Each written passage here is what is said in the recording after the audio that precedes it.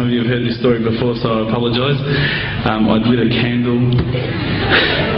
I had the window open, I had the curtains drawn, I was trying to get that really spiritual feeling. It was a nice summer night in Melbourne, as summer as it can get in Melbourne, and I was sitting there thinking, this is it, this is the night.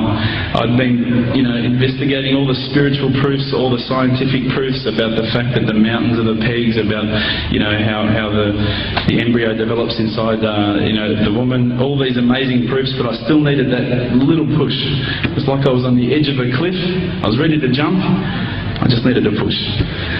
So I was sitting there, it was very quiet. I was reading Quran, and I stopped. I said, Allah, this is my moment. This is the time I'm about to jump into Islam. All I need is just a sign. Just a little sign, nothing huge, maybe a bolt of lightning. Maybe half the house could fall down or something, just small. Small for you, man. You created the earth, come on. So I sat there. I was waiting for the candle to start gliding up to 4 metres high like in the movies. And I go, okay, go. And subhanAllah, nothing. Absolutely nothing happened. I was really disappointed, to be honest. So I sat there and I said, Allah, this is your chance. I'm here. I'm not going nowhere. I'll give you another chance. Okay, maybe you're busy.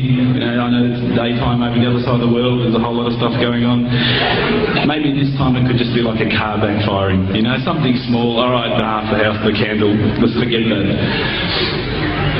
A bird could fart outside. I don't care. Just anything.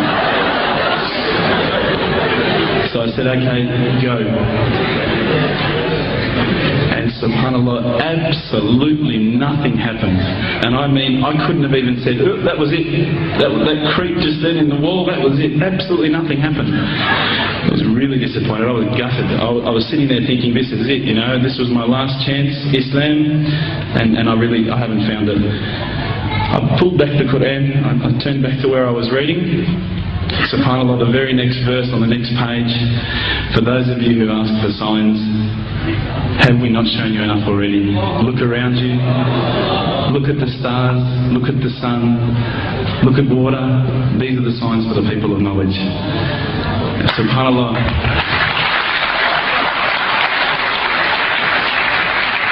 I threw the doona over my head and I pretended I was asleep. I was that scared because I couldn't believe how arrogant I'd been to want my own specific sign when all the signs had been there for me all along.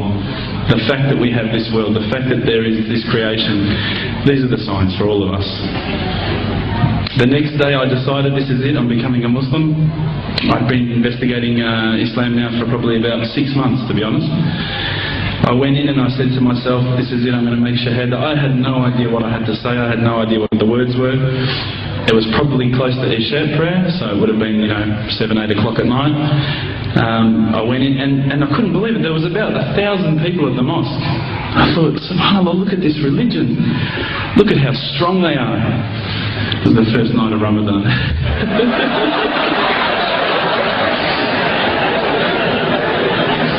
Ramadan Muslims.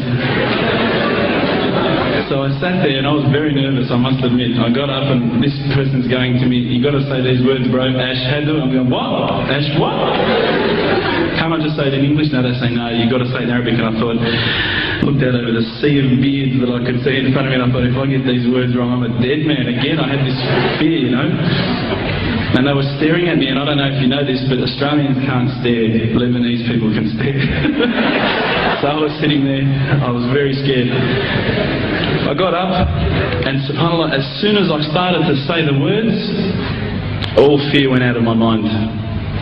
It felt as though a shower was inside my head and someone had just turned on the cold tap. It felt like I'd been flushed clean. I said the words, and I wasn't expecting so many brothers to come up and yell, Takbir, Allahu Akbar, and start kissing me and hugging me. Now, I'd never been kissed by that many men in my life.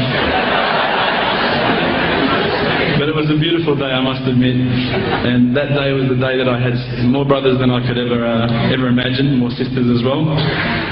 But I guess since that day I've never looked back. My family, I think, initially were very worried that I was going to be, I guess, a little bit weird towards them. That they thought that I was going to break out the AK-47s and the grenades. But they realised, I think, soon that this religion was actually making me a better person. Prior to Islam, you're not going to believe it, I had a mohawk. I did. I had, I'm not going to show you any photos. I had army greens, I had the Metallica t-shirt, I had the cherry docs. I was shocking, right? I thought I looked great, but I looked terrible. And alhamdulillah, ever since then I look as good as I do now. No, don't laugh, please.